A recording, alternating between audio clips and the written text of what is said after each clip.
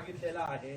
नाही नाही, निवडणूक आयोगाने ज्या पद्धतीने यू टर्न केलेला आहे की पहिल्या दिवशी सांगितलं की आम्ही या सगळ्या बिनविरोध आलेल्या सदस्यांची चौकशी करू आणि दुसऱ्या दिवशी निवडणूक आयोग सांगतंय की आमचा काही संबंध नाही, आम्ही कुठलीही चौकशी करणार नाही.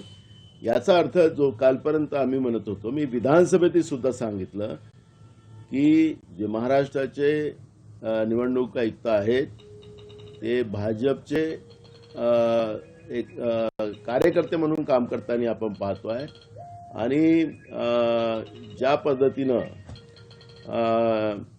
जे महाराष्ट्रामधल्या आता स्थानिक स्वराज्य संस्थांमध्ये जी काही परिस्थिती सुरू झालेली आहे त्याच्यात ही सत्यता आहे. मागच्या नगरपालिका नगरपंचायतमध्ये पण मुख्यमंत्र्यांनी सांगितलं की निवडणूक आयुक्ताची भूमिका संशयास्पद आहे, हे मी पहिल्यांदा पाहतोय असं उपमुख्यमंत्र्यांनी त्या पद्धतीचं वक्तव्य केलं होतं. मग त्यांच्यावर मी महाभियोग आणायचा जो मानस केला होता, का नाही सरकारने पाठिंबा आम्हाला दिला. आणि म्हणून निवडणूक आयुक्त हे भाजपचंच कार्यकर्ता म्हणून काम करताना आपण पाहतोय. त्यामुळे हे खऱ्या अर्थानं लोकशाहीसाठी घातक आहे.